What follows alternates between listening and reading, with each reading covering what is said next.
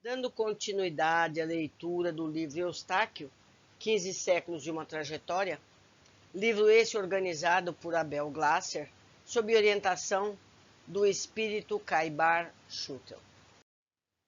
Capítulo 55. Democracia, liberdade e vida.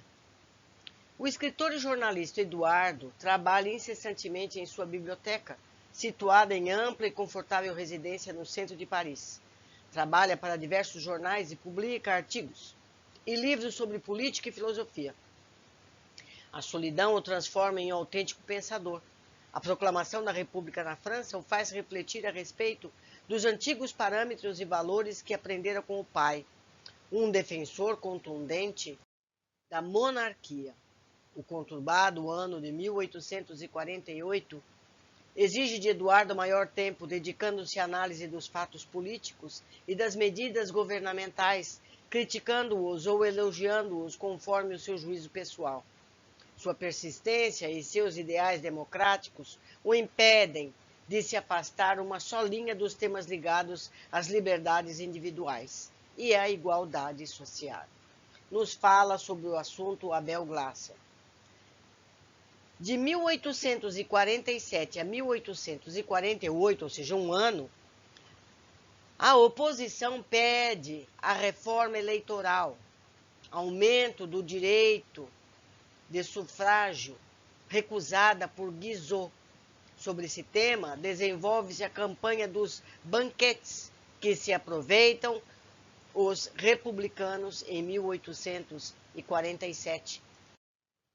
O ano de 1848, na França, a Segunda República, 24 de fevereiro de 1848, interdição do banquete em Paris, o que ocasiona uma manifestação parisiense. Luiz Felipe demite Guizot, mas a fuzilaria do Boulevard des Capucines provoca a sublevação de Paris, a tomada do Hotel Ville e a abdicação de Luiz Felipe em 24 de fevereiro. Abril de 1848, um governo provisório, imposto pelos revolucionários parisienses. Proclamação da República no Hotel Ville, 24 e 25 de fevereiro. Instauração do sufrágio universal, 2 de maio. Restabelecimento das liberdades da imprensa. Supressão da pena de morte e da escravatura. Criação dos ateliês nacionais, que são oficinas, em 26 de fevereiro.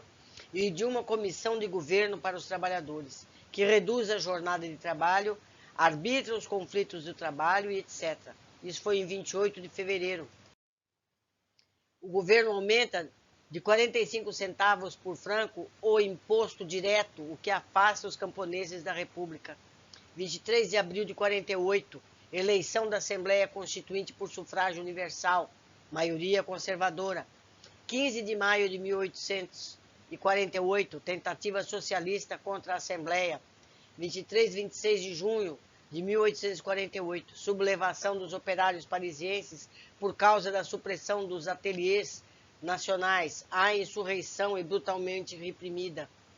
Novembro de 1848, votação e promulgação da Constituição de 1848. 10 de dezembro de 1848, eleição por sufrágio universal de Luiz Napoleão Bonaparte, presidente da República.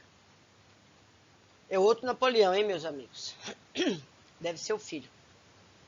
Acompanhando as ideias que surgem por todos os cantos da França, encanta-se com as posições do célebre Victor Hugo. Cá entre nós, 1848 na França foi um ano revolucionário.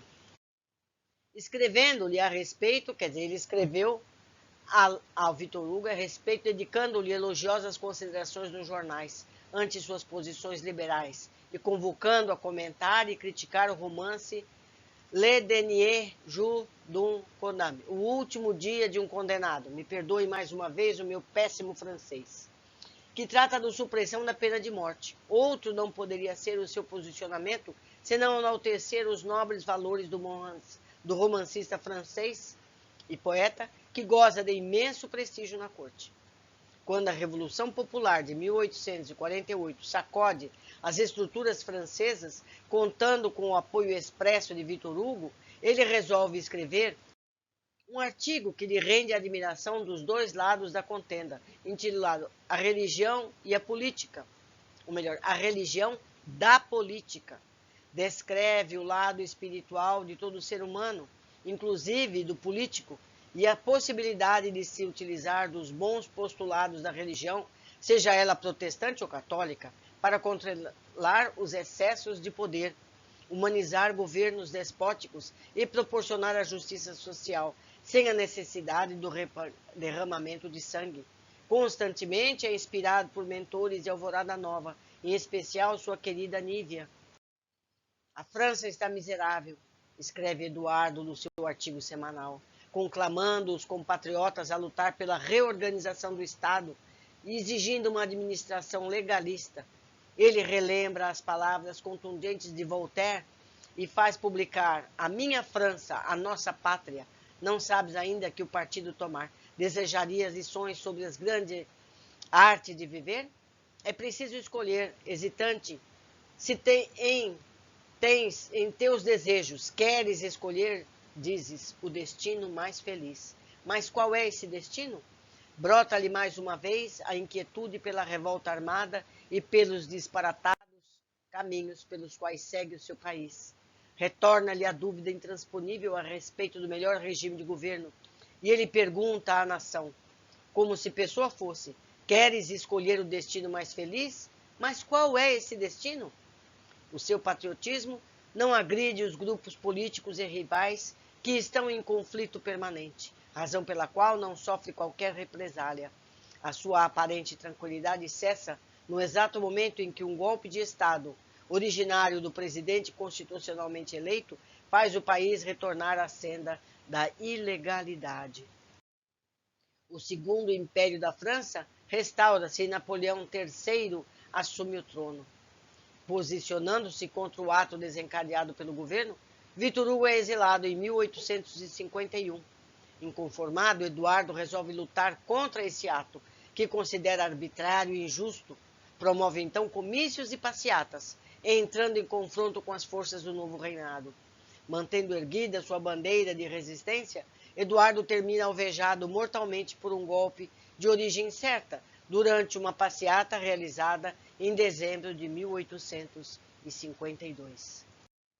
Enquanto se realiza a cerimônia de coroação de Napoleão III, colocando um termo em sua vida material, colhido pelo brilho esplendoroso dos emissários de Alvorada Nova, um autêntico raio de esperança realiza a sua maior libertação, que não é política, social ou econômica, nem mesmo material, o regresso ao mundo dos espíritos.